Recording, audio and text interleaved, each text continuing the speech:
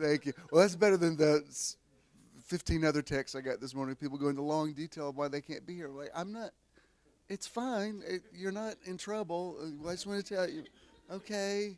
If you feel like you need to explain it. We're especially happy to have Leona back. It's not the same without Leona.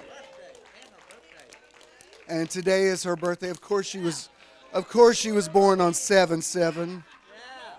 That's a synchronistic date. She's so happy to be here. I tell you one thing, because I don't go into a lot of detail of all that she kind of puts up with, but she's a trooper. And when she deals with something, she's like, oh, I'm going to get out of here, and blah, blah, blah. And don't come see me. I'm fine. And she always makes me laugh, and I always say something inappropriate to her. She was telling me somebody messed up her medication. That's why she had to go back to the hospital. I won't tell you what I called them, but that's just between you and me. All right. Yes, it better be good. I better bring my A game. Last week, I guess he doesn't mind me saying this, but I saw a couple come in the back. I can't see anything behind the lights back there, and it was David Payne that used to pastor a church at Covington. He with the person he's with now. And I said, good Lord, if I'd known if it was you, I'd have brought my A game. Preach, I had no idea. I know y'all think it's funny. You're like, what? This isn't the A game? You don't bring it for us? Yeah, scratch that one. That wouldn't go over well. I was like, of course you're here, because I always bring my A game. Hey, Roberto, come in. Come sit in the front row. The amazing Robert Rutherford is with us today. He's got to do no, come sit in the front row. Come sit by Stephen. If you have to leave early, it's fine. Hey, bud. Hey. Yeah, Robert and I have joint custody of different people that sort of were kind of in my congregation, kind of in his. And one of them passed away. I've already done enough funerals this week. He's doing one today. So we were arguing over who was going to do it. I said, they asked you to do it. Go with my blessing. I said, you know him better than I knew him. He already told me, he said, no, you're singing. I bowed on my knees and cried holy, and you're going to clap your hands. And I said, no, I'm not. Pretty sure I'm not. Well, this is going to be an interesting day. I love the energy that's here, and I'm glad to have Dawn with us. I'll introduce her in a little bit. And so anyway, we have already set our intention for a beautiful day. Time is going so fast, isn't it? It's already half of 2019's over.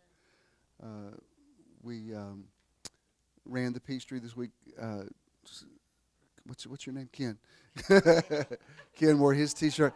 But I was telling him, I said, you put all this time into preparing for it, and then like, oh, there it is, and it's gone. And like, oh my God, another year? Like, how did that already happen? So the point of that is not to freak you out about time, but to really be a good steward of your time, because it goes so fast. I read what you wrote about saying to your granny that you said, what's the one thing you remember? She said, I can't believe it went so fast. And it's important to hear people say that, because it makes you really, you got to be careful how you spend your time. And I don't mean this to sound elitist, but when you have people in your life that drain you or pull you into you nearly want to say, you know what, I love you, but my time's nearly too you might not say this, but you might have to distance yourself to say, I can't.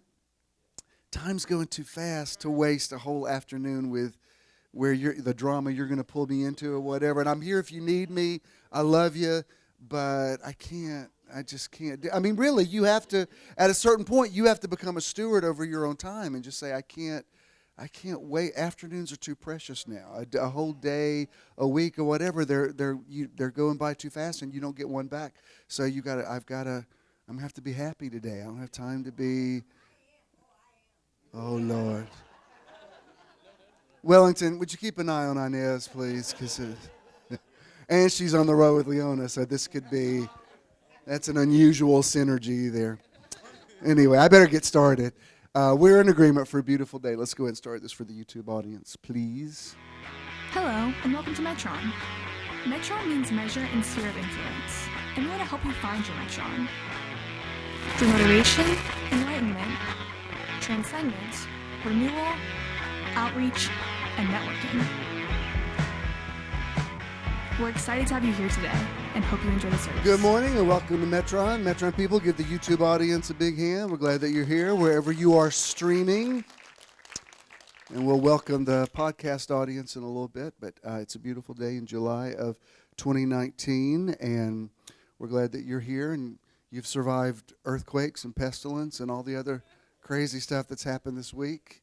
I do want to say, Deirdre, they had their baby. You know, they were here the other day, and I forgot what they named her, but she's beautiful, and she's all good. And I was able, they were here the Sunday before she gave birth, so I was able to speak a blessing over the baby, so that's good.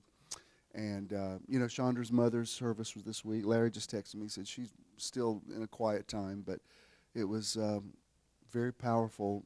She sang. It's a song I've actually asked her to do when my dad crosses over, and it's really powerful. But just keep them in your prayers. But I'm glad that y'all are here today. Everybody looks really good. Y'all look like young, and look like you had some work done, and you're taking some vitamins. All right, I'm not doing an artist this month because we're going to lead up to Meditation Weekend 7 is coming up the first weekend of August, which will be Metron's 5th anniversary. So when we do these meditation weekends, which is hard to believe this is our 7th one, I like to get us in the mode of it. So I'm going to actually teach on meditation, and we'll do a meditation today, but we're not going to do an artist this month. I thoroughly enjoyed Kian last month, and he really enjoyed it. He's already texted me and said he wants to come back, so that was good. But one thing before you're seated, and I just share some things with you. I do love this, and some of you that came out of liturgical churches, if you were raised Roman Catholic or whatever, or any liturgical Protestant church, you probably did Apostles' Creeds where you said out loud. Most of you could probably still quote them. And there is something, there's a special energy that happens with a congregation speaking a confession or an affirmation together. There's a synergy that it creates when you say the words. And this week, when at Chandra's mother's passing, her cousin was there. You know the State Farm commercial, She Shed, you burned down my she shed? Well, that's her. The guy that plays the husband is her cousin Reggie, and he was in from L.A. and he was one of the pallbearers, and I just heard from him. Really sweet guy. He's been in several movies. But at the service, at the graveside, I had everybody recite the Lord's Prayer, and there really is something unifying about speaking the Lord's Prayer. And I don't use Elizabethan English, but when I quote, the King James is what everybody knows. So it does give people a sense of community. But I want to lead you in this affirmation because this is, I think I've shared this with you before, but it's a metaphysical interpretation of the Lord's Prayer, and I really love these words. I remember when I was in Jerusalem a few years ago, I was talking to an Orthodox rabbi, and he said, I'm amazed that you can just get up and speak extemporaneously, that you don't speak with notes or whatever. And I said, well, it's what I've always done. I said, you don't do that? He said, no, we believe that the words have to be spoken in a particular way because it creates something that happens in the heavens, nearly like an incantation. And I thought, I don't agree or disagree with that. I think it's an interesting take on that wow, there's certain words that you say that do affect the atmosphere. And certainly the Lord's Prayer in Christian world, the 23rd Psalm is the same way. There's something about the familiarity of the Lord is my shepherd, I shall not want. Everybody, even if you're not a Christian, it has but I want to lead you, the way this is broken down, it has the first phrase in all caps from the traditional Lord's Prayer in Elizabethan English, but then the affirmation is the metaphysical. Metaphysical just means it's spiritual. It's not it's not in the physical realm. It's self-explanatory, but we're going to say it together. So we'll begin. Our Father, who art in heaven, presence of divine love and light that lives within us and within all of life. Hallowed be thy name. We invoke the powerful creative nature of all that is sacred and holy. Thy kingdom come. We embrace the healing essence that is the kingdom of heaven within us. Thy will be done. We accept our greatest good as we align with our divine nature. On earth as it is in heaven, knowing that the affairs of our lives reflect our evolving consciousness. Give us this day our daily bread. Each day we receive great blessings from within and throughout all the activities of our lives. And forgive us our trespasses as we forgive those who trespass against us. We accept the divine nature of all things and all people, including ourselves, as we move away from judgment and toward greater awareness of divine presence. And lead us not into temptation. We shall be vigilant in expressing and experiencing the oneness with all life. But deliver us from evil, as we are learning to live without fault-finding and suffering. For thine is the kingdom and the power and the glory forever and ever. For we accept the consciousness of divine perfection with all its power and glory right here, right now, and forever. Amen. And so it is. So be it. Amen. That's good, isn't it? I really, when I read those words, it really stirred something in me, and I love making the connection with Jesus' words, and I've taught, the Lord's Prayer is really a blueprint for all of kingdom theology, and so I've taught on that for years, and Donnie and Reba, our mutual friend, they wrote the Lord's Prayer, which was what they won the Grammy for. Even though they're not together now, as a songwriting team, they did write that, and it's very powerful. And so I don't know, this just really took it very next level for me. So, amen. You can greet someone. You can ask permission if you can hug them in this Me Too age. Don't just hug without asking. But and then you may be seated.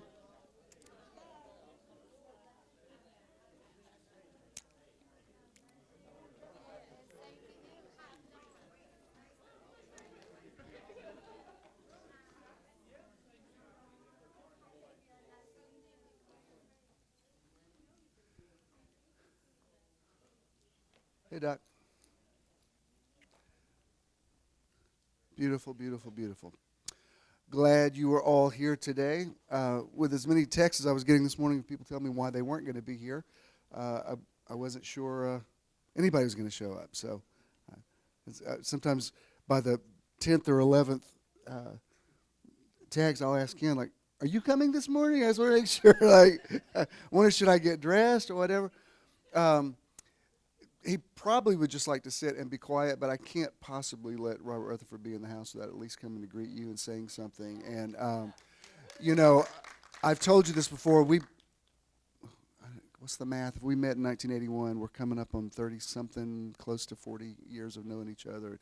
The first conversation I had with him, I was just watching him. First of all, he told me that I was going to have a son in August, which I was like, no, I'm not. That would mean my wife is pregnant, which turns out she was, and Jared was born on August 8th. And so I remember thinking, I remember him just talking about all kind of stuff, and I thought, I've never met anybody like you. And all these years later, as recently as a couple things you posted yesterday on Facebook, I'm like, oh my God, I've never met anybody like you. You think his posts are good? You should see some of the stuff he sends me in Messenger. That's just between him and me. But he is definitely a prophetic voice, and I have to come up with another word beside friend or brother, because you're in another category. And those relationships are important to you that last long. Not every relationship goes with you the distance. I read a quote this week that I really think is true. It says, the sooner you accept that there's a beginning and an ending to everything, the happier you'll be. And I thought, well, there's a kind of a truth to that. But then there's other people that just seem like, wow, we must have met in some other dimension before we got here and connected. And because Robert and I have known each other in so many different incarnations over nearly 4 decades. And like I said, he's actually doing a service in Cabbagetown today. I think it must be in the little park that's out there. Memorial service. That's where Eddie grew up. That's where Jared lived. Well, when he's in the United States, that's where he lived. But just come up and say what's ever on your heart, or give us an update on what's going on with Chapel of Love, and because we want to come back out there and see it. Would you please welcome the one, the only Robert Rutherford? I love you. Thank you. I didn't have to say anything. Thank you for your help with the Chapel of Love. It's about 90% finished. It's debt-free, sitting on 10 debt-free acres. We committed to stay debt-free. Oh, there you go. Wow, I'm impressed. Wow. There it is. Wow. Wow, there's the Chapel of Love. All those are hand-cut sun rays I'm doing by myself. It's going to be pretty, isn't it? Wow, and I'm hoping to host y'all at Thanksgiving. We'll be ready by then. So there it is, and it's the house that Love built, and it's one piece at a time, and it's all debt-free, and most of it's donated goods and stuff I pulled off other buildings, and I'll go down the road, and they're tearing down a house. I'll stop and get the windows and bring home with me, But you guys have been a part of it financially for the last 2 years. I want to thank you for that. Y'all helped put all that wood on the inside. Where's the inside pictures? Next time, Michelle. But thank y'all for that. So I look forward to seeing y'all on Thanksgiving. Who remembers Reverend Ike? You can't lose with the stuff there. Okay, here we go. That's right. Y'all helped with installation too, and all those walls are wood now. We have all that finished.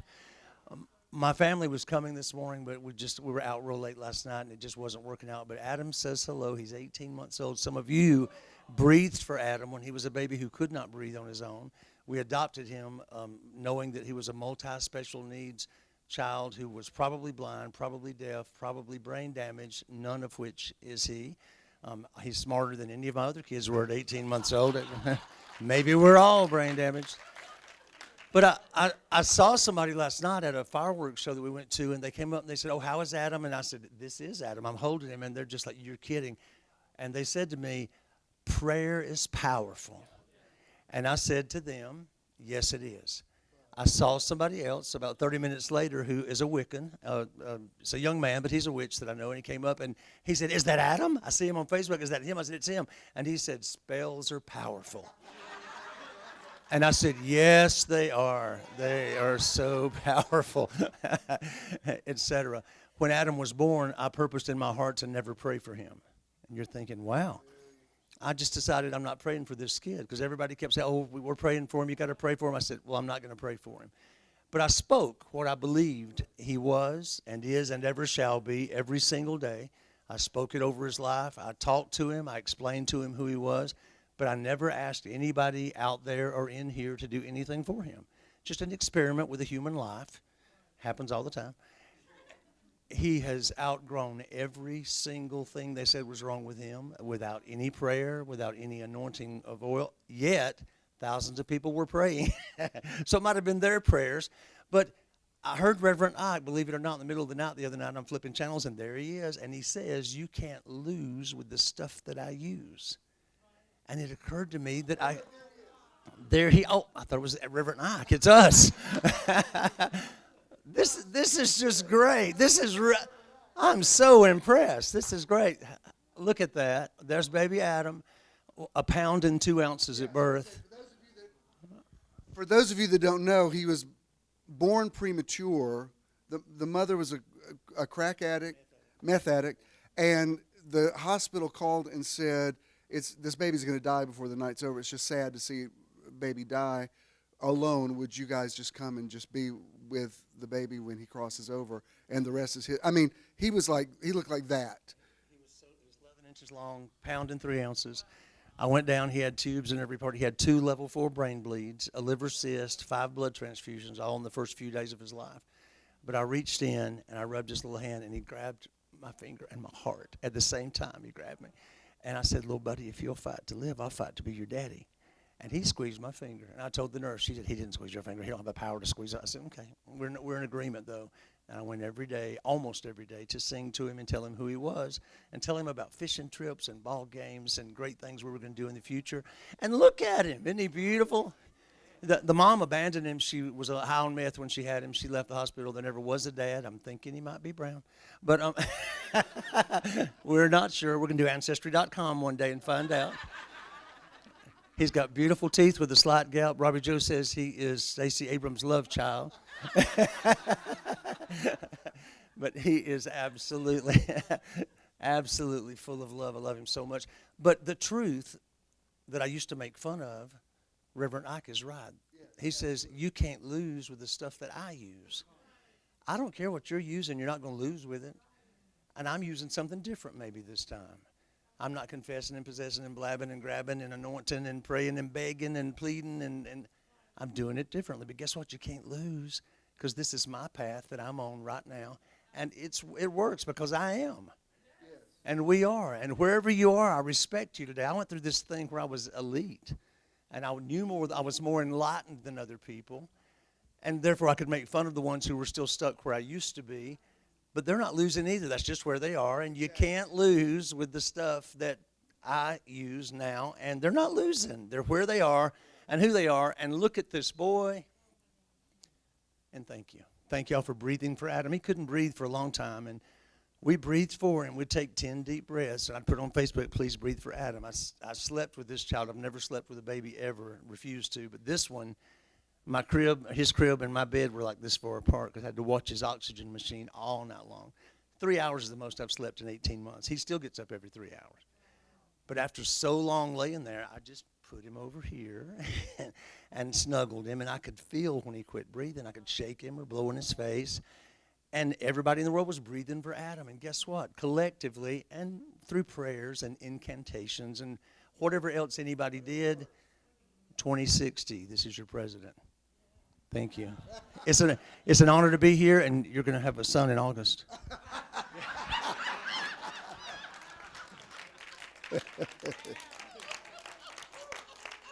Yeah. Might want to judge that prophecy. That really is amazing. And just even when you're talking about breathe, I can't help but draw the parallels of God breathing. I know you spell it ATOM, but God breathing into ADAM, Adam. And there's such a, not that a person is an experiment, but it's fascinating to see how you've kind of not used him, but you know what I mean. Like you've used this opportunity to show something very next level. Because I haven't prayed for him either.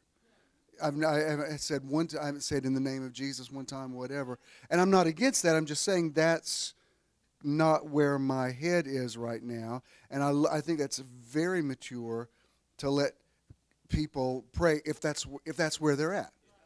That's the whole point of the concept of namaste. It's like I'm not trying to take away your belief system. If that's what works for you, but it may not work for me, just like, is it kind of, I know people can disagree with me, but is it a little bit muggy, Avery? All right, just remember I said that because it's going to get chilly in a minute. You have one or two options. It's going to be muggy or chilly. But I like, we all look younger when it's cooler in here. What was I saying? Where was I going with that? Yeah. It'll come back to me. But, I know. I think what I was going to say is there was a time I would want to raise somebody up to where I'm at, and now I think, no, do what's right for you. Like sometimes when people would say, I'm praying for you, I'd be like, I don't know, what do you mean? Where are you going with that? Now I'm like, yeah, okay, fine. Because a lot of times prayer is somebody projecting their agenda onto you. And you know what? Oh, I know what I was going to say is David and Saul. When David was going to fight Goliath, conventional wisdom said, well, you need this kind of armor to fight or whatever. And he said, no, I've got to do it my way. And he said that's when he went and found the stones, and because that's how he fought. And he won. If he had worn Saul's armor, that giant would have killed him. And that's the intrinsic problem with religion. It's people wearing other people's religion or other people's belief system, other people's armor. And it doesn't work for you. If it's organic to you and you have a revelation, then it works. Otherwise, spirituality can't be grandfathered in. So anyway, that's great, and I'm really glad that you're here, and I love you always, and we're excited. Yes, put us down for Thanksgiving. We will be back. And it'll be here before you know it. like I said, we did run. Will, I saw you ran the Peachtree, and I know your daughter ran the Peachtree and did really well. She actually posted her time. We don't post our time. We're like, ain't none of y'all's business. We finished is what mattered. Anybody else run this week? Usually, out of 60,000 people, I usually see somebody that I know. This year, we didn't see anybody. We just kind of did our thing. It was too hard. Stand up, show everybody the T-shirt. This was my 30th. It was Ken's 6th. So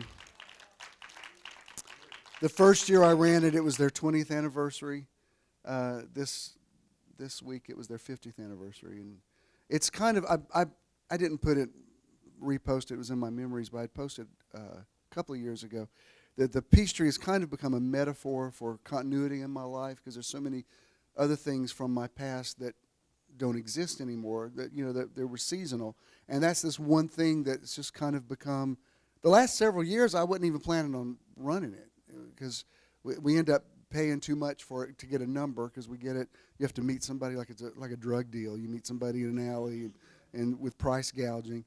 And for the last several years, I said, we've done it enough. And then, it was like, no, come on, we can't. It's 4th of July, we got to do it. And so we found numbers and did it. And it's fun. It's really kind of become a rite of passage. And I asked him a couple of years ago, I said, are we still going to be running this when we're 100? And he said, yeah. I said, okay. And I just saw some woman, it was 103, and either did a 10K or a marathon or something. It's crazy. The oldest woman in America celebrated her 114th birthday yesterday. And if you saw her, you'd think, yeah, she's probably maybe 80s, 90s. I mean, she, of course, I know black don't crack, but so there's that. Yeah, there was a couple. She was 103, he was 100. They got married this week. So some of you think your marriage days are over. Never say never. You don't know. Prince Charming may still be out there, Ro. You don't know. There may be a whole other chapter. All things are possible. This month, our outreach is the Prevent Child Abuse America, and they're kind of an umbrella organization that they deal with a lot of other different organizations. And before the month's over, maybe I'll say a little bit more about it. But last month, our outreach was Angel Eyes, and this is the first time in 5 years that I've ever had somebody that we contributed to that actually came to say thank you for the check in person. And so we know her through Jeff and Marty Colglazer, who have somehow stayed in the United States for an entire week. Most people go to Panama City Beach. They go to like Fiji and the Ukraine. I'm not making it up. They just went on a safari in Kenya. And if they didn't have pictures, I think y'all are making this up. Y'all can't not have been to all these places, but they are. They go scuba diving in Fiji, for crying out loud. But anyway, they're the ones that introduced us to, when Avery said Dawn Wells is coming, I said, Mary Ann from Gilligan's Island? It's a different Dawn Wells. And so since she's here today, and she's a sweet lady, I love her energy and already feel connected to you. But I'm going to let her come up and tell you what Angel Eyes is in case it might be something that you would know, and we'll present it with a check. Would you please welcome our new friend, Dawn Wells? Dawn, come say a word to us.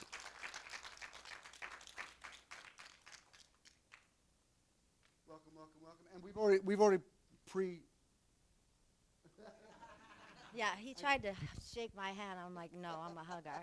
So hope that's okay. Well, good morning, everyone. So like he said, my name is Dawn Wells. I am the founder of Angel Eyes Fitness and Nutrition. And what the organization does is we specialize in group fitness and nutritional counseling for the blind and visually impaired. What's really unique about it is not just that it's group fitness for the blind and visually impaired, but we're actually stepping out into faith and also doing it remotely. So through Zoom and like the YouTubes of the world, being able to have volunteers in different locations. Right now we partner with Lions Club International to host the classes, and then I teach them remotely, which will allow me to reach a much broader audience, hopefully nationwide. No, not hopefully, it will be. So I just wanted to, I'm honored and blessed to be able to have this opportunity to come here today, and that you guys felt moved to contribute to Angel Eyes. We are self-funded, so it's a blessing. Thank you so much for seeing our vision, and we are always looking for volunteers, so hit us up. Well, on behalf of Metron, we want to say we support Angel Eyes, and we will. This will not be a one-time thing. We'll do this again, and thank you for all that you do, and God bless you. Thank you so much. Wait, Don, come here. Let me get it. He's taking a picture.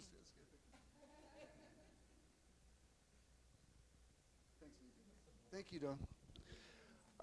Cool. And thank you, Jeff and Marty, for the connection.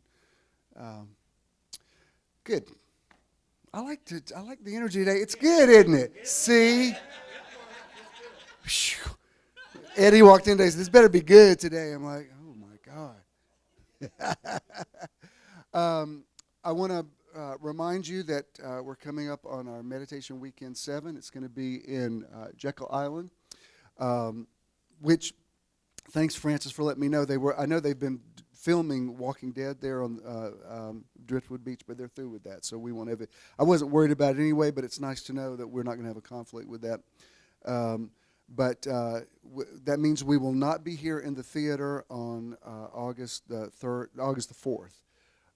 If you want to go, you know the drill. If you want to go down for Friday night, you don't have to stay on Jekyll Island. And I think some people were concerned about the summer rates. I haven't noticed that they're really any different. They're about the same. But you don't have to stay on Jekyll Island. So you can stay on St. Simon's. You can stay I think some people stay in Brunswick. It's all right there together. And there's high-end stuff. There's expensive places to stay, and there's very cost-effective. And they're all nice.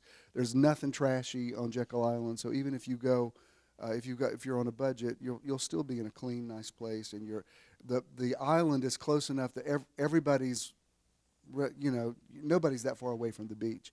The plan is we're going to do the sunset meditation on Driftwood Beach, just because it's such a unusual, mystical place, and I would like to combine the energy of the meditation with the topography there. That's not in stone, so if for some reason we needed to alter it or whatever, it's fine. All the beaches are fantastic there. But that's what I'd like to do. And we're expecting good weather as usual, and we're always expecting a surprise. Seems that there's always a geological, astronomical, astrological, cataclysmic surprise. I've had more than one person tell me that they have not been the same, or a relationship has not been the same since what happened in St. Simon's at the Blue Moon. I know, there was just something, those few minutes there after we completed meditation, and that the Blue Moon came up out of. I'm not making this up. It sounds like I'm. What's he talking? He's teaching about Blue Moon. No, it's actually a thing. There's every couple of years there's an extra. It turns out with the lunar calendar, there's an extra full moon, and this one.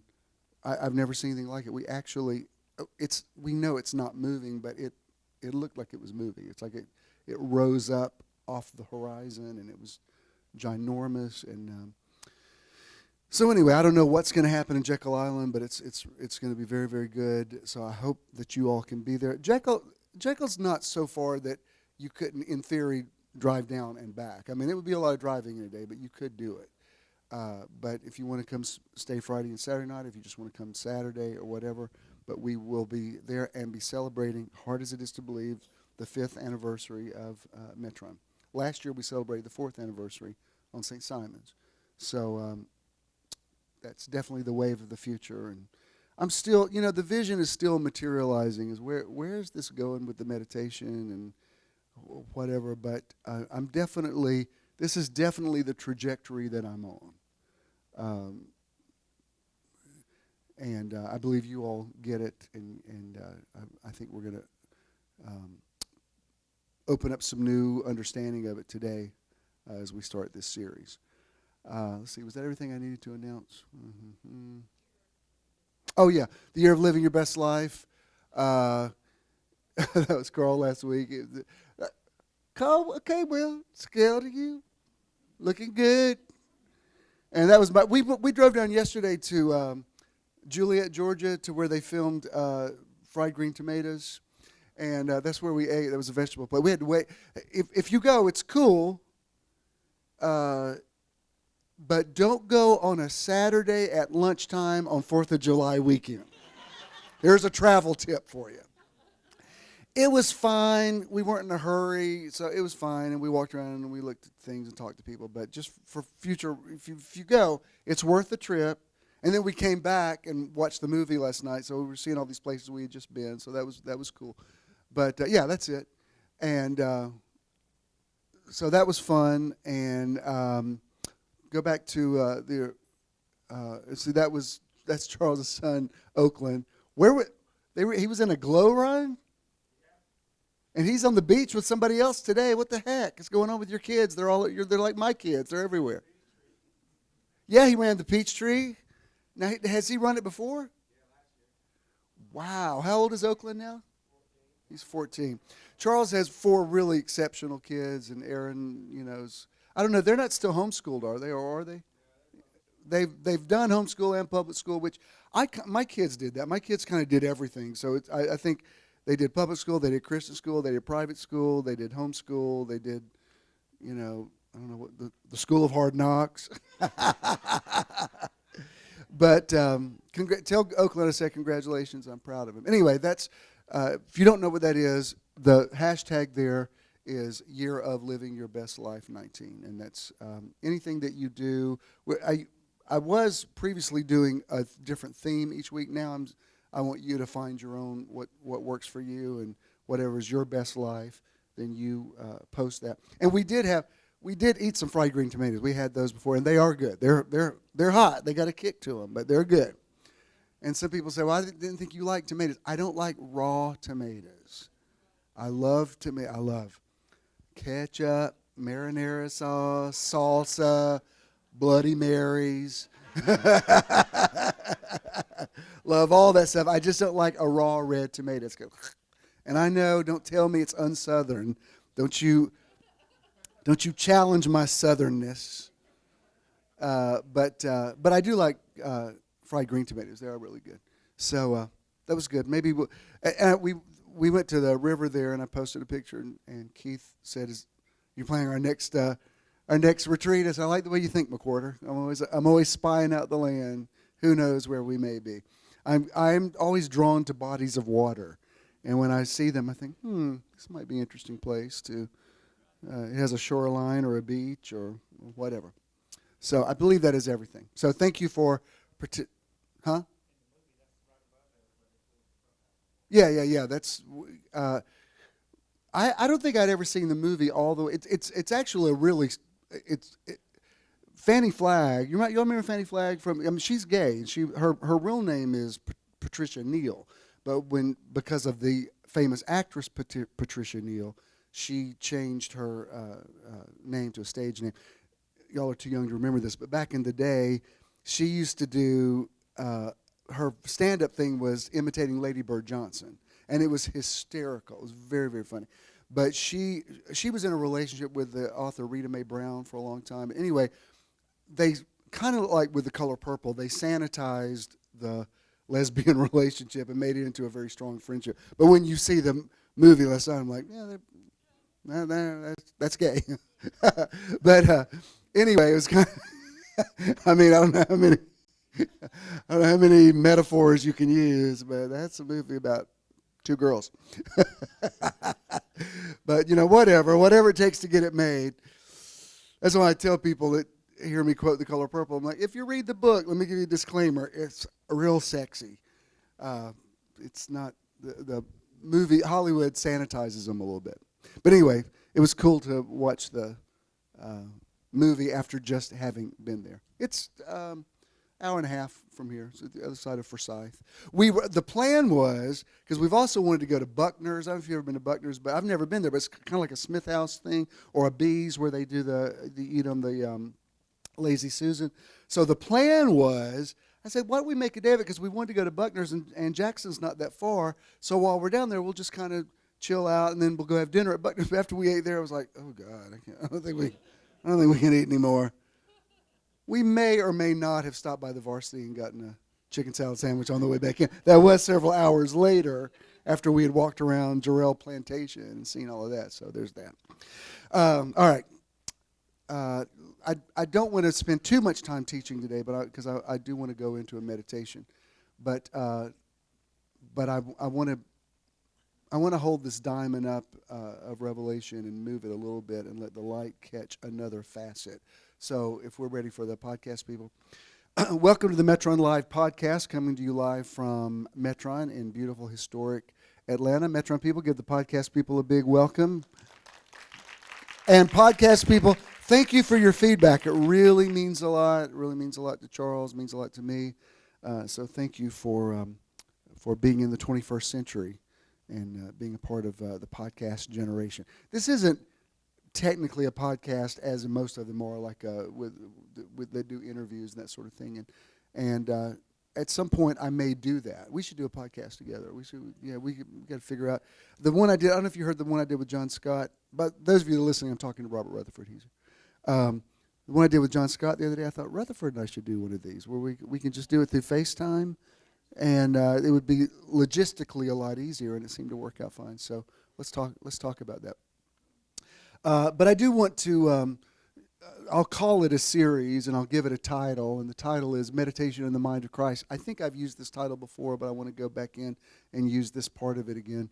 Meditation in the Mind of Christ, Healing the Subconscious and Living as Spirits in the Material World. I do want to show you a scripture. It's out of the Psalms. It's out of Psalm 19. And, you know, David was a very creative type. He didn't write all the Psalms. He wrote most of them. He was an artist. He was a musician. What we have as the Psalms are actually the lyrics to songs that he wrote. If he were living today, he would probably be diagnosed as bipolar, what they used to call manic depressive. He had super high highs and super low lows. Jeremiah definitely was like that. Jeremiah nearly sounds schizophrenic when you really dissect his words. I mean, the people who wrote the Bible are people. I mean, I'm not saying it's not inspired, but there are people who had issues, and their revelation was filtered through their worldview. Paul's was. Paul had a great revelation of the post-resurrected Jesus, but it was filtered through his own prejudices, and you can see how he had to evolve in his attitude toward women and all sorts of things. And that's why the scriptures have to be rightly divided. But one thing about David, if you're ever mad at somebody and you want something really bad to happen to them, go to the Psalms, read the Psalms, because David was big into vengeance. You know, like, do not I hate them with perfect hatred, and break out their teeth, O God, and I hate, just terrible things. And then at the end of the song, he would retract it, and he'd say, okay, create me a clean heart, renew a right spirit within me. But that's a very human thing that we've all experienced. You know, when we get back into our right minds, we think, no, I don't want a terrible thing to happen to him. I just want him to go away. Maybe kind of terrible. But I posted a quote this week I think is really true. It says something about to the effect of when you want something bad to happen to somebody who hurt you and you're really preoccupied with that, you're actually letting them hurt you twice, because now you're so obsessed with them. And I thought, I'm not saying it as elegantly as the person said it, but you get the point.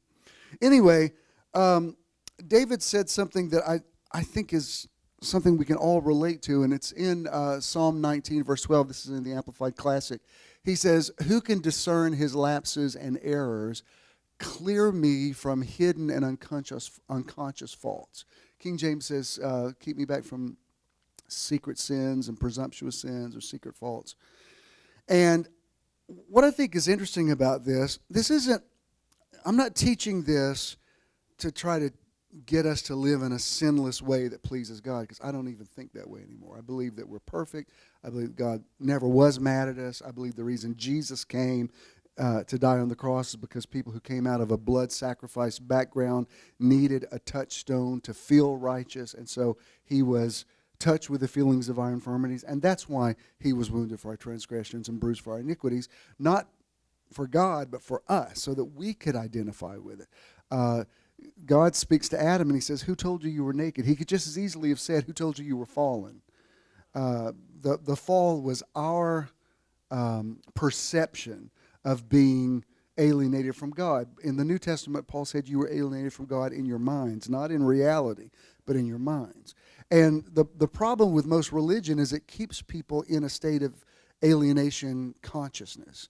It's the idea that if I just go to church enough, if I sing in the choir enough, if I say enough Hail Marys, if I do enough mea culpas, if I do all this kind of stuff. And Paul had a revelation in 1 Corinthians 13 where he says, look, if I even give my body to be burned and sell everything I have and give it to the poor, if it's not love motivated, it's pointless anyway. And that's a real expose on the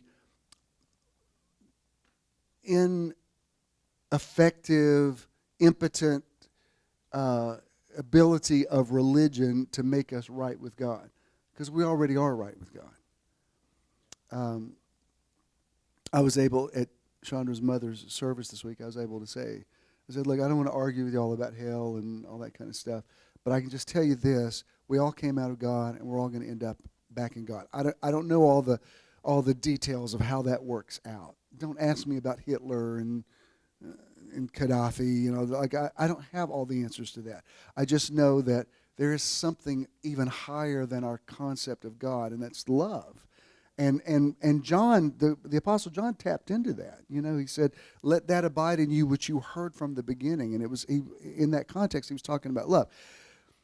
Paul came along in Romans 7, and he was very conflicted. Remember when he said, the things I would do, I find myself not doing, the things I would not do, I find myself doing. And that it's within that context that he says, who will deliver me from the bondage of this death? I thank God that he will. And then he goes into chapter 8 saying, there is therefore now no condemnation. So he was struggling with his own sin consciousness.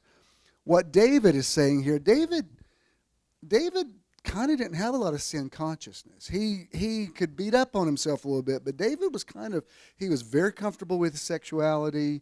You couldn't shame him that much. Remember when he's out, he kind of stripped down and danced in front of the women, and when the Ark of the Covenant came back into Jerusalem, and his wife Michal looked out of the window and saw it, and she said, I know what you were doing. And the thing is, that probably was what he was doing. I mean, David, liked the ladies. And she said that you brought, huh? Well, yeah. I don't think David was gay, but he definitely had. I think Jonathan was, and they had a relationship. I mean, I'm not just being dirty, but it says when I loved you more than women. They undressed when they met each other.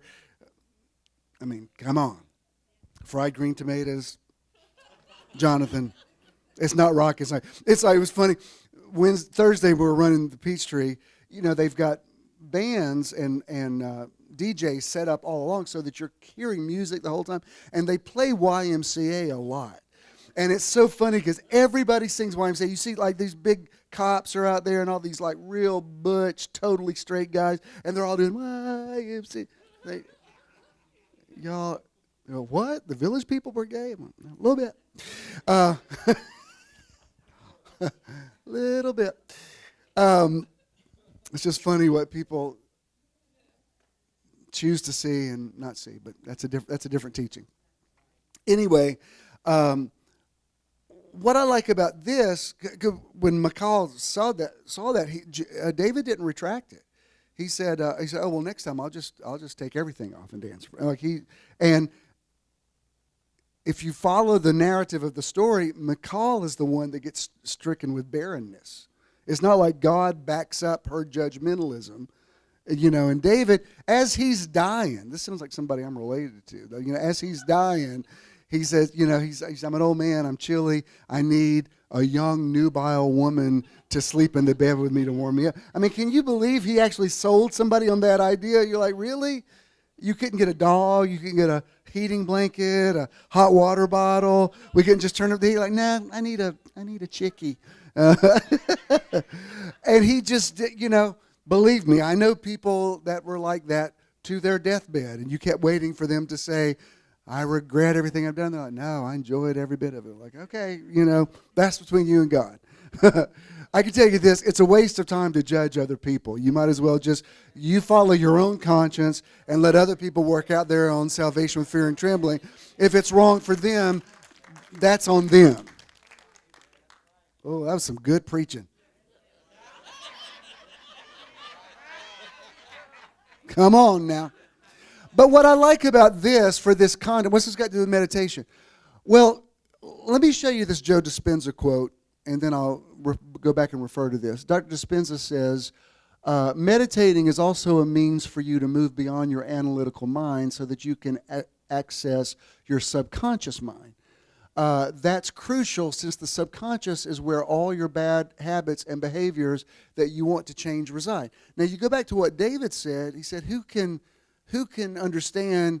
He's basically saying, why do I have these triggers? Why do I do these things? Why do I respond in certain ways? Why do certain things make me go in an emotional direction? I'm not sure why it affects me this way. And I'll tell you, I'm not saying that meditation is a panacea for everything. I'm not promising you it'll fix it'll remove all the landmines in your subconscious.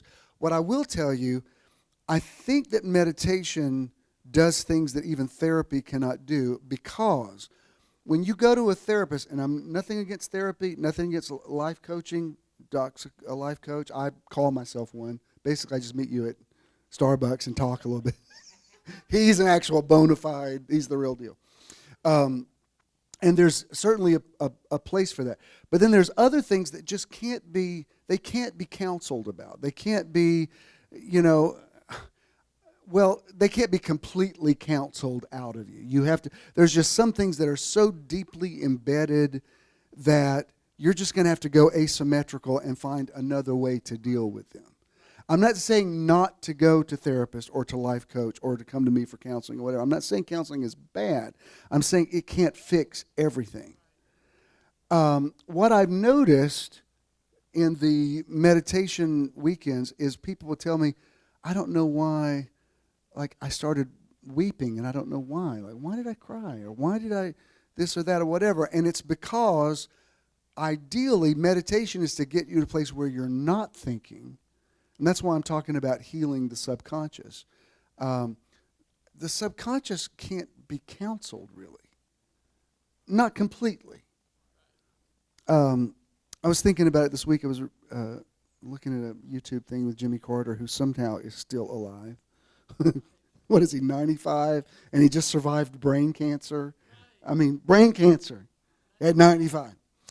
But I remember when he was elected in 1976, his sister, who has passed on now, but Ruth Carter Stapleton, she was sort of like the, not the mother of inner healing, but definitely the one that brought the concept of inner healing to the forefront. And because at the time he was the first candidate that identified as an evangelical Christian, which now I'm not even sure he identifies that way now, but at the time he did. And because of the spotlight on him, it brought the concept of inner healing to the forefront. I'm sure, Doc, you probably aware of that back in the day. And it's not necessarily a bad thing. What inner healing was, it was a type of counseling where you would, I guess, visualize Jesus going with you through your childhood. Like you would go, like if you were sexually abused, the counselor would ask you to visualize the abuse and having Jesus there with you, and what is Jesus telling you, and now the downside to that is you think, oh my God, if I'm 5 years old, why didn't Jesus stop the abuser? You know what I mean? Because there were some people that say this has made it even worse. Because I'm like, well, if there's a God, why did God let this happen to me? So it wasn't 100% effective. What was good about it, and I dabbled in it a little bit. If people wanted to do it, you probably did. When people wanted to go through inner healing, I would say, all right, well, I understood the mechanics enough that I could, well, let's go through visualizing the thing. And I think for me, what's actually more effective is to go back to a painful memory and visualize my adult self talking to that person.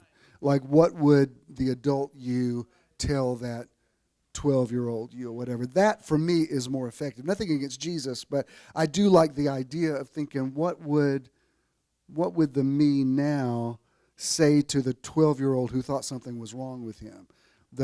This version of me could say, no, buddy, you're fine. You're going to go through some crap the next few years, but it's going to all end up okay, and it actually does get better and all that kind of stuff. So just like you were saying about you can't lose with the stuff I use, you have whatever works for you. When people say, do you believe in AA? For some people, yeah. For some people, can't live without it. There's other people, they go to AA and it does not work for them. They don't have the personality type. I'm neither for nor against it. I'm like, look, if that's what you need, especially if it's going to keep you from drinking or ruining your life, then by all means, go to a meeting. But even at that, don't go expecting everything to be fixed. The only place where everything is going to be fixed is at Metron. I was just saying, this is the end of the rainbow. You can waste your time kissing all those frogs out there, but here's Prince Charming. No, I'm just kidding. No, I don't. Even with what I teach, there's certain things, if you don't believe it for yourself, it's still not going to work for you. I can't tell you the people over the years, Robert, you may have had this too. People would say, when I hear you preach, it's not that I disagree with what you're saying. I just don't think it's applicable to me. When you're talking about having everybody say, I'm the righteousness of God in Christ, I don't disagree with the theology of it. I just don't feel righteous. And so it makes, over the years, it made me want to stop speaking in platitudes and just become more real about, what is it that you're feeling lousy about? Well, I feel bad because I've been married 5 times. Well, that's a valid thing to feel like there may be some reason why I've had so many failed marriages. It doesn't mean you're a bad person. It means that, yeah, you may need to look at that. Why have you had so many challenges in relationship? To be able to look at that without the pointing of the finger. Which really is what Jesus did with the woman at the well. Remember when he said, she says, give me this water. He says, go call your husband. She says, I don't have one. He says, well, you've well said. You've had 5 husbands, and the man you're living with now is not your husband. And then he, in virtually the next breath says, the Father is looking for people like you. What, people that have been married many times? No, people who tell the truth, who embrace their truth. She wasn't defending it or whatever. She's like, I've been married 5 times. A lot of people don't want to tell that. And that's the context in which he said God is a spirit, and they that worship him must worship him in spirit and truth. I'm telling you, I don't have an axe to grind with organized religion, but most of it is neither spirit nor truth. I mean, most of church is a huge masquerade party where people put on an image of religiosity and go act a certain way. Even one day this week, I was coming out of the grocery store, and I noticed these women had a buggy, and I could tell they were Pentecostal because the way the women had skirts and really, really long hair. And I was thinking, because I was Pentecostal, but my brand of Pentecostalism didn't look exactly like that. And what made me think is, it's so funny how people interpreted what was important to God. Do you know what I mean? Like, why did that group think hair had to be here? Like, it had nothing to do with God. I've told you this before. If you look back in the old Dottie Rambo albums from the 60s, she has that hair. Actually, Amy Winehouse used to wear her hair like this. But she'd pile it up on top of her head, and it would come down on the side. And the reason they did that is because in the UPC, there were different parts of the country that taught women had to have hair piled up, or other groups, women. And so she actually created the hairdo so that they could go to all the churches. I remember, y'all remember Chuck Longino? I'm still in touch with him, but he went to preach at a Pentecostal church there in Conyers where they made him take his belt off because it had a buckle on it, and they said that was unnecessary jewelry, and there was a buckle on his shoes. He had to preach without a belt or shoes on, or a watch or a ring, because they said that's jewelry, and the Bible speaks against it. And that's not even the verse of Scripture they're talking about. All Paul is saying is be more concerned with the internal than the external. That's all he's saying. He's not saying anything about wearing jewelry or whatever. But I was looking at those women, and I thought, that's so interesting. How does a group get to a place where one person says this is what God wants, and then comes back later and says God changed his mind. Because that used to happen all the time in the Pentecostal churches. They would decide, well, now it's okay. Now God changed his mind. It's like, well, God's keeping up with the times. And really, that's what's happening now. More and more, I keep seeing even mainline ministers say, you know what, we're going to have to accept gay people as they are, and there's other people who are saying, oh no, that's terrible, you're going to hell in a handbasket. But that's what happened a few years ago with divorced people. Because, divorced people couldn't come to church, and after a while, there was nobody in church. The majority of the population has been divorced. And at a certain point, say, God, you're going to have to lighten up on that rule, because there's just nobody to choose from anymore. And anyway, I'm saying more than I meant to say, but let me get through this so we can get into the meditation. This Joseph Murphy quote, the rest of these are all quotes I want to share. He says, you must make certain to give your subconscious only suggestions which heal, bless, elevate, and inspire you in all your ways. Remember that your subconscious mind cannot take a joke. It takes you at your word. This is why I don't want to become the word Nazi and make people, afraid to say certain things around me.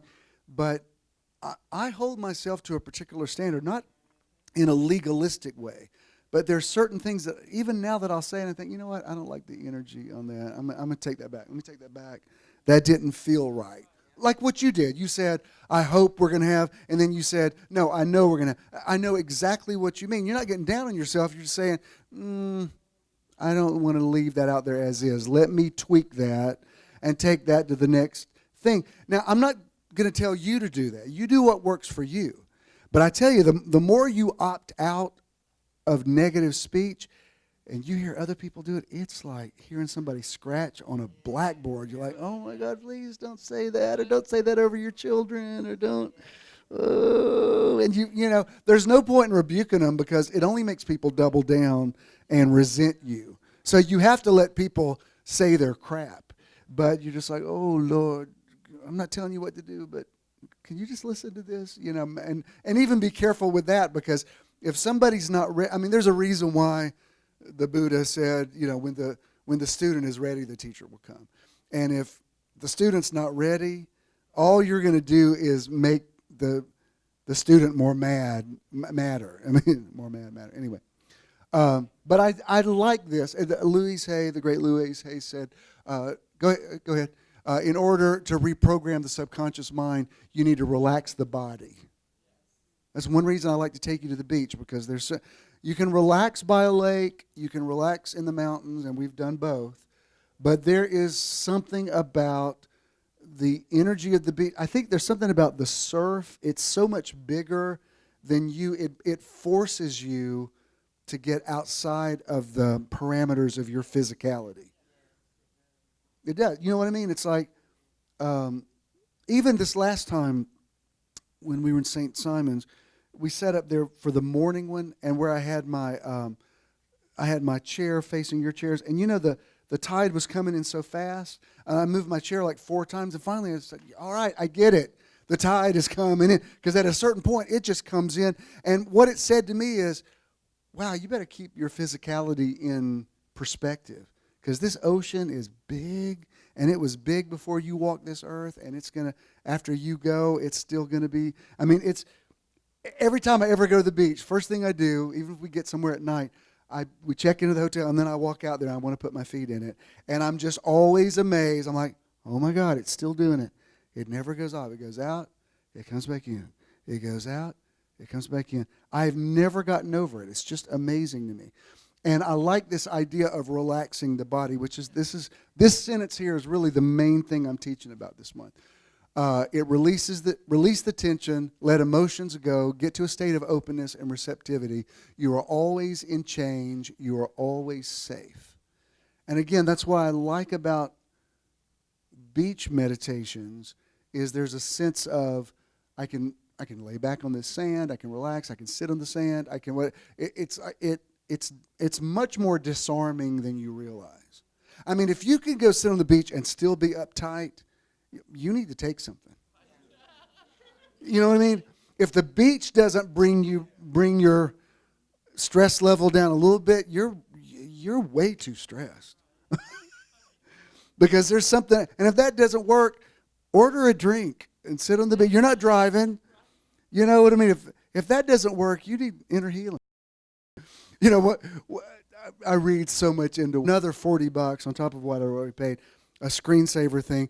And yesterday, just getting in the car, I just dropped it a little bit in my car, and it broke again, and I was like freaking out. I was freaking out, and I actually had to say to myself, Jimmy, you're going to have to get this in perspective. But you know how when you've just spent a lot of money and you break it again, I'm like, I'm going to get one of those rubber things. Because I'm not carrying it right now, but if I don't have a microphone in my hand, I'm carrying my phone all the time. It's very likely that I'm going to drop it. I need something that's going to make it bounce back up. Like a Super Bowl. But I literally just had to, you know, he didn't seem to be concerned about it. I'm like, this just made me physically nauseous. And he finally said, okay, I'm really sorry you broke it.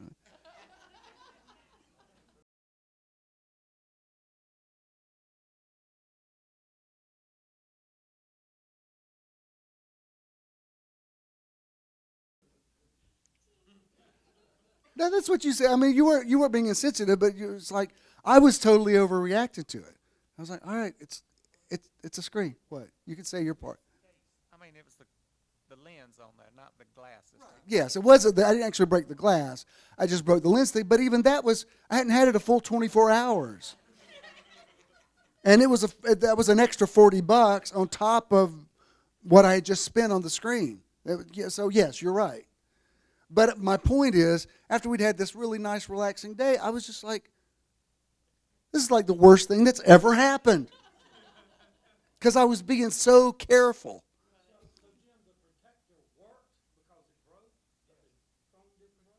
No, the phone didn't break. Yes. All right.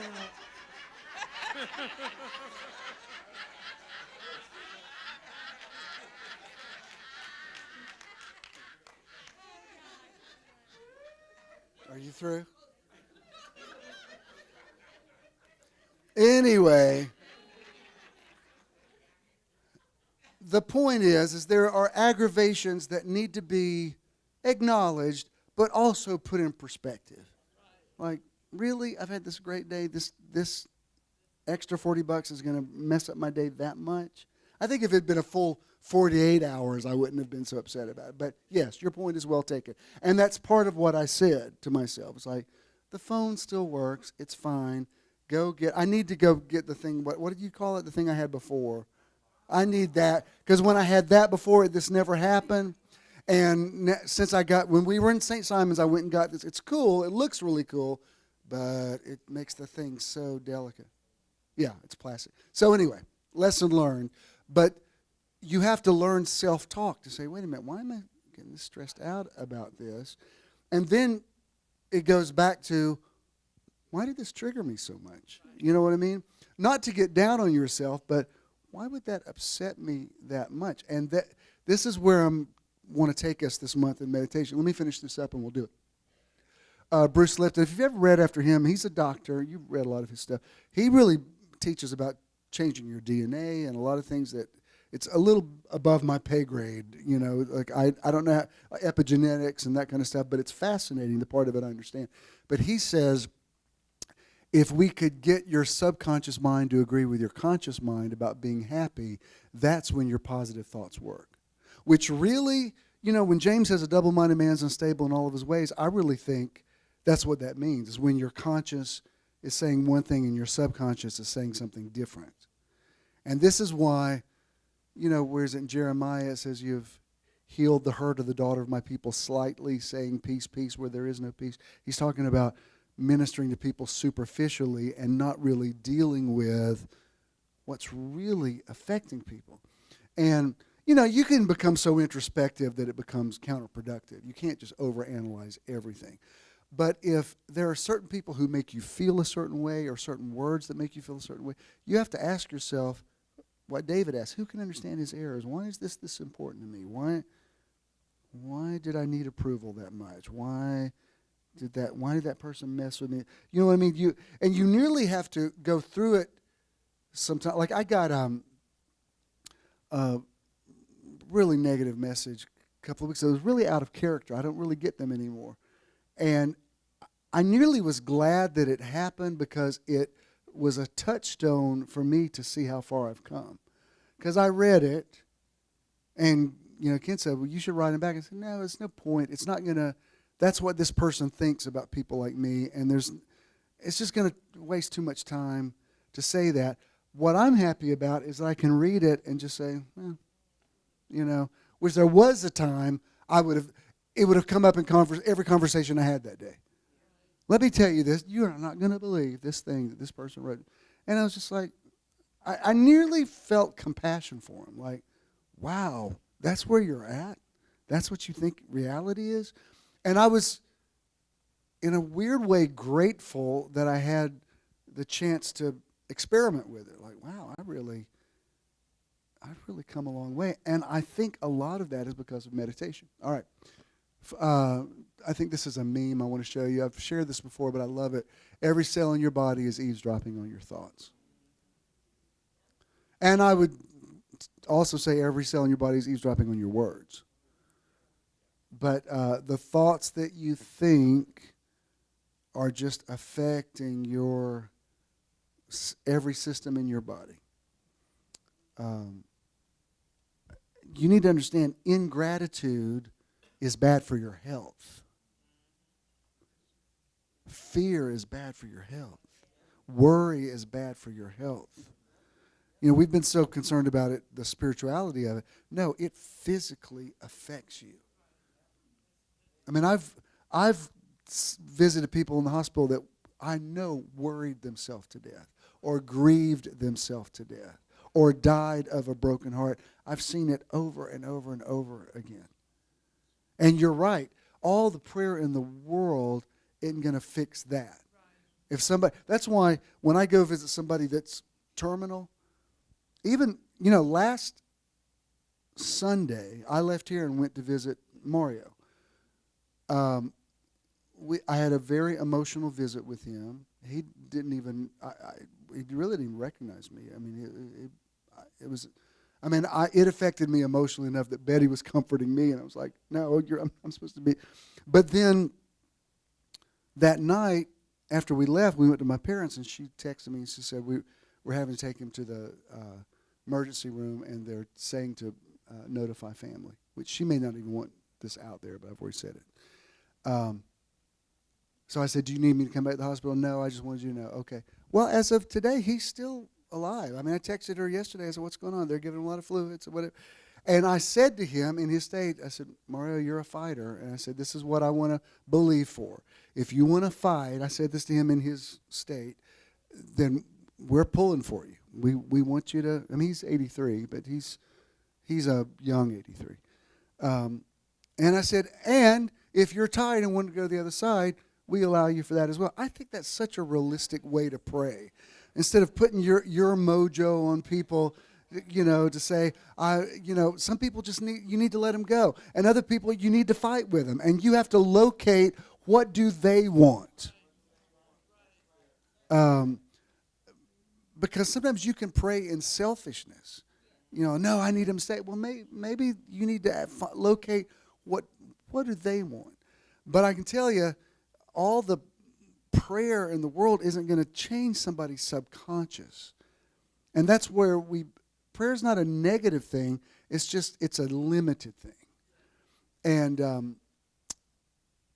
I love the old adage, don't pray that God changes things, pray that God changes you and you change things. Okay, now that I can get my head around. That seems legit. And then finally, we'll end with this. Matthew 5:8. This is in the Message. We're in the King James. It says, "Blessed are the pure in heart, for they shall see God." Here it says, "You're blessed when you get your inside world, your mind and heart put right. Then you can see God in the outside world." The reason people have such a distorted view of God is they're seeing God through the impurities of their own subconscious. That's why, I mean, we said the Lord's Prayer today that says, Our Father, but I can tell you, for some people, the word Father is not a good trigger word. Some people had terrible relationships with fathers. So for them to know that there's a heavenly parent who's not necessarily paternal or masculine may be more effective for them. You know, some people say, but God's my daddy and I just want to crawl up on his lap. Well, some people have never had that with a daddy. They're like, well, let's not talk about it. You know, my daddy wasn't, I never knew who he was. Or, you know, that may not be a positive thing for them. So the more you remove the impurities in your subconscious, really you could say it this way, the more you see yourself, the more you see God. The more you see God, the more you see yourself. The more you see who God really is, the more you see who you really are. The more you see who you really are, the more you see who God really is. You know?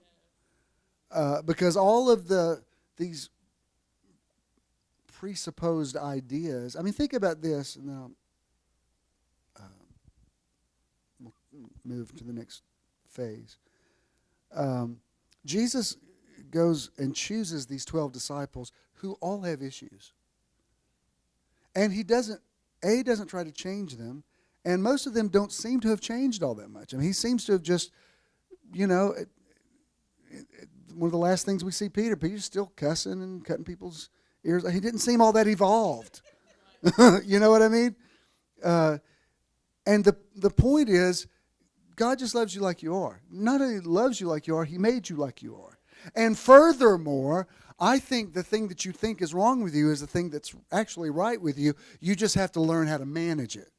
Like there are people who are pathological liars who really shouldn't be liars. They just have the ability to see the invisible and call those things which are not as though they are. They just need to tweak it a little bit. Do you know what I mean? It's like that. And what happens is, if you keep thinking it's a sin, it collapses out of the quantum field into sin consciousness, and now you're just, I'm a terrible liar. No, you're a visionary. You just need to learn how to, not make it work against you, make it work for you. Because calling those things which are not as though they are and lying feel very similar. When you see somebody that's super whiny and whatever, maybe they're not really whiny, maybe they're just really compassionate, and they just need to learn how to channel the compassion in a proactive way instead of just crying about everything. Go do something about it, like, minister out of your own wounds. I think that, why is that funny? But don't you think, I think that's what Jesus was doing in the choosing of the disciples, is like Simon the Zealot he was like a terrorist. He followed Jesus because he believed that they could physically overthrow the Roman government. He was like out of the ISIS or the Taliban or whatever. And Jesus chose him just like it because he loved his passion. Maybe somebody's got a hot temper. Maybe they're just really passionate. And you just need to learn how to channel it correctly. Maybe all the stuff that you thought was wrong with you is totally right with you. I've told you this before. I'm going to tell you one more time, and I promise I will shut up. If I don't shut up after this, cut my mic off and start the music. I give you permission, but only this once. But I was having dinner in Chicago with a bishop who is not gay, he does not have a gay church, but his church had changed their policy recently about becoming affirming. And he said, can I just ask you some things? He said, please don't be upset. Some of the stuff I'm going to ask you. Fine. And some of the stuff he was asking was like, you can't, seriously, you really asking me that? But okay. Because I could tell his heart was in the right place. But he said this, he said, I never thought anybody was born gay until I met you. He said, I not only think that you were, I think you had to have been, because the way your mind works, if you hadn't had that issue to deal with, he said, I don't think you would have ever challenged religion the way that you have. He said, I've read some of your books in the past. He said, I think that came out of your mindset because you just were not going to accept the fact that, oh, this is the way I am and God's going to send me to hell. And, you know, that could not have been true. And I said, that's one of the most profound things anybody's ever said. That was worth me flying to Chicago for. Thank you for saying that. Because he was saying it with no agenda. He was just like, he said, meeting you has changed my perception of men like you, and made me change my stereotypes of what I thought. I was listening to Mayor Pete on the interview yesterday.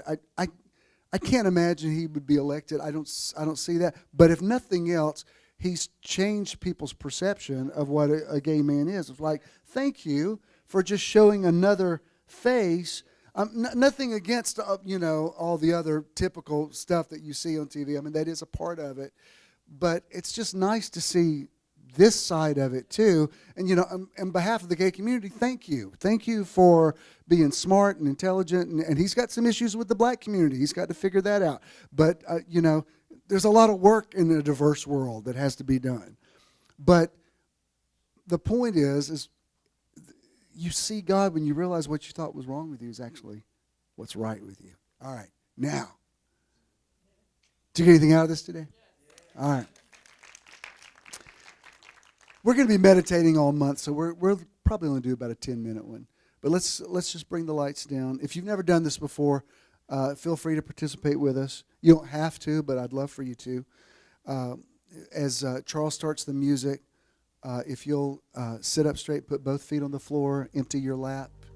You don't have to do a mudra, but if you just put your hands in a way that makes you feel receptive, what you want to do is get the energy flow unobstructed, so your posture is important. You don't have to close your eyes, but you may want to. Meditation is largely about breathing. So we're going to start by inhaling through the nose and holding it, and then exhaling through the mouth. So let's inhale. Hold it. Exhale. Inhale. Hold it. Exhale. What you want to do is just become conscious of your breathing. Breathe in a consistent way.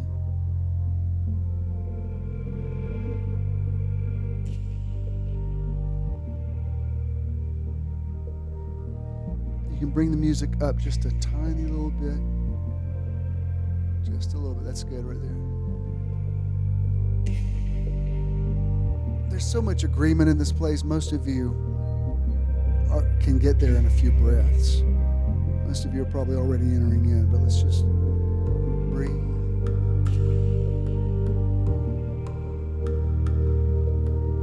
Inhale. Exhale. In through the nose. Out through the mouth. Consistent in your breathing.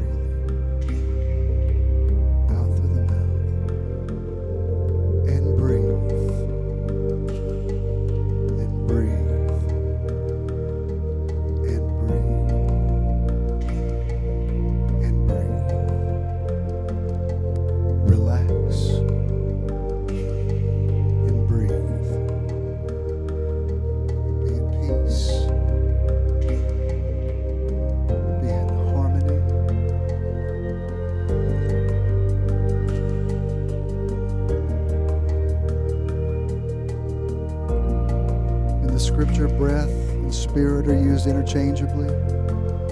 The Old Testament Hebrew is ruach. The New Testament Greek is pneuma. Spirit is breath. Breath is spirit.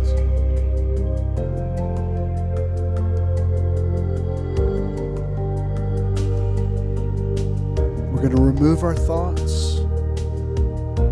Get yourself into a place where you're not thinking anything, and I'll wean you off my voice. We're going to get some air to your subconscious and let it heal itself. Open up your subconscious mind for healing. The healing of memories.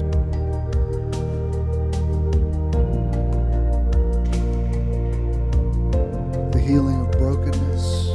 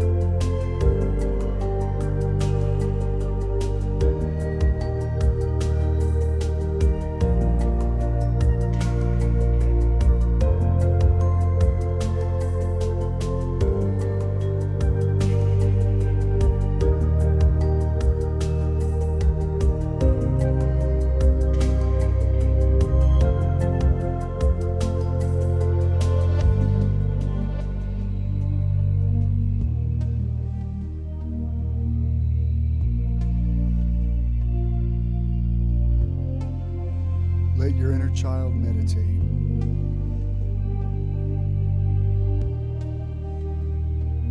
Bring your mind into a meditative state.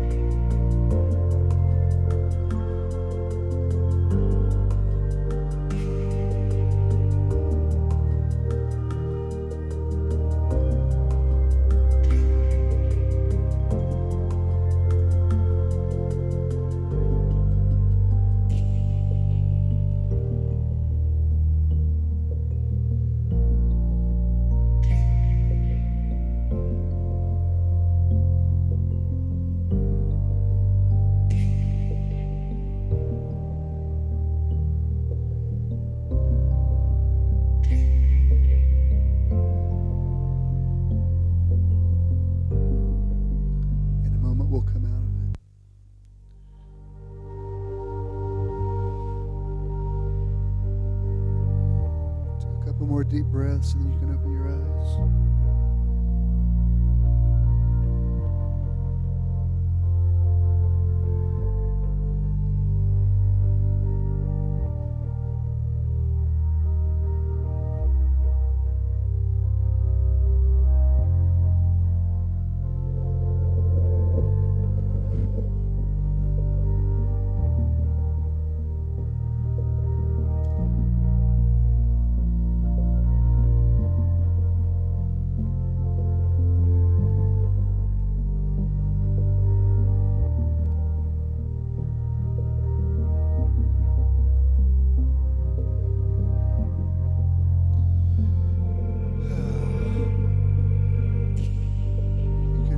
us off the music.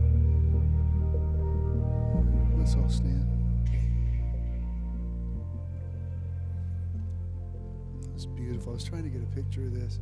Ken said he took a picture the other day. For some reason, it didn't work out, but he said the smoke had completely encircled me. He said it would have been such a cool. Guess it was you had to have been there. Oh, that was good. This is going to be a good month. Don't overthink whatever just happened. We're go into a place of healing our subconscious. Next week, I'll talk less and we'll meditate more, but I wanted to get this foundation set up. Robert, thanks for being here. Dawn, pleasure to meet you. Thanks for everybody being here. That was good today, wasn't it? Please remain standing. We'll play this for the YouTube audience, and then I'll speak a blessing over you. Contributing to Metron is quick and easy. You can give anytime using any smartphone. Text the amount you would like to donate to 404-620-5044. Easy peasy. You will then receive a notification that you successfully completed your donation. You may also visit bishonthennow.com and click the support tab to give there as well. When you contribute to Metron, you're also donating to the charity or organization of the month. Thank you for your investment into Metron.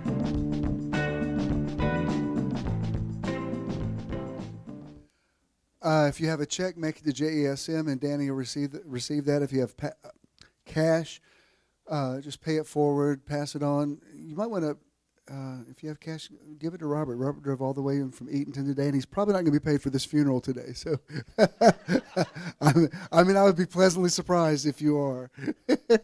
All things are possible, but if you want to bless him or intend it toward the Chapel of Love, it's great. Doesn't that frankincense smell good? I love it. There's something so wonderful about incense. Michelle, keep that Lord's Prayer handy because I want to use that again. So I'll open up with that again. You're gonna have a beautiful day. Good night's rest tonight. Good things are happening in your life. You're gonna be very productive this week. You're beautiful. You're smart. You're intelligent. You're attractive. You're safe. You're successful. You're holy. You're beautiful just like you are. All you need to work on, if anything, is to become the best version of who you already are. And you wake up tomorrow saying, this is the day the Lord has enabled me to make. I will rejoice and be glad in it. God bless you. Go in peace. I love you.